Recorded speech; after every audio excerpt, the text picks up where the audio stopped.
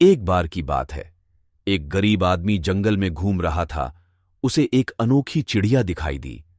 उस चिड़िया पर वह मोहित हो गया। उसने सोचा, क्यों ना मैं इसे एक पालतू पक्षी के रूप में रख सकता हूं और इसे बाजार में बेचकर मुझे अच्छे खासे पैसे भी मिल सकते हैं। इस चिड़िया को बेचकर मैं अपने बच्चों के लिए खाने का सामान लेकर चला जाऊंगा। इतना सोचकर उसने चिड़िया को पकड़ लिया। चिड़िया जोरों से चिल्लाने लगी, छोड़ो मुझे, मुझे मत पकड़ो, मुझे जाने दो, मेरे बच्चे मेरा इंतजार कर रहे होंगे। वह आदमी एकदम आश्चर्य में पड़ गया। यह चिड़िया बोलने लगी, कृपया मुझे छोड़ दो, बदले में मैं तुम्हें 3 अनमोल रत्न दूंगी। 3 अनमोल रत्न, वो क्या होता है? 3 अनमोल रत्न जो तुम्हारे जीवन को बदल सकते हैं और तुम बहुत अमीर हो सकते हो। मैं बहुत अमीर हो जाऊंगा। फिर उसने सोचा, कहीं ये चिड़िया मुझसे झूठ तो नहीं बोल रही है।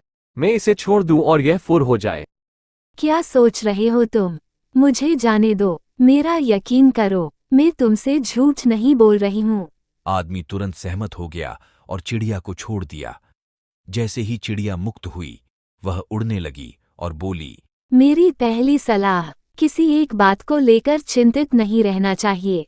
अगर हमसे जाने अनजाने में कोई गलती हो जाती है तो उसकी माफी मांग लेनी चाहिए, लेकिन किसी एक बात को लेकर बार बार पछतावा करना नहीं चाहिए। आदमी ने चिड़िया से कहा, मुझे दूसरा रतन के बारे में बताओ। चिड़िया ने कहा, मेरी दूसरी सलाह, किसी सफर में अनजान व्यक्ति पर एकदम भरोसा नहीं करना चाहिए। चाहे वह कितना भी सच क्यों ना बोल रहा हो, ये जान लेना चाहिए कि वह व्यक्ति सही है या गलत। इसकी सही जानकारी होने पर ही उस पर थोड़ा भरोसा करें, लेकिन विश्वास उस पर बिल्कुल न करें। वह आदमी चिल्लाया, हे भगवान, मैं इतना मूर्ख कैसे हो सकता हूँ? मैं जीवन भर इस मूर्खता को कभी नहीं भूल पाऊंगा। मुझसे बहुत बड़ी गलती हो गई। आदमी ने चिड़िया से कहा, क्या तुम मुझे अपनी आखिरी और तीसरी सलाह दे सकती हो? शायद इससे मैं अपने आप को शांत कर सकूं। मैं सिर्फ तुम्हारी परीक्षा ले रही थी। तुम मुझसे और सलाह मांग रहे हो, लेकिन क्या तुमने महसूस किया कि तुमने पहले की 2 सलाहों को पहले ही नज़रअंदाज कर दिया है? मैंने तुमसे कहा था कि खुद को पिछली गलतियों के लिए अत्यधिक पछतावे से मत तड़पाओ।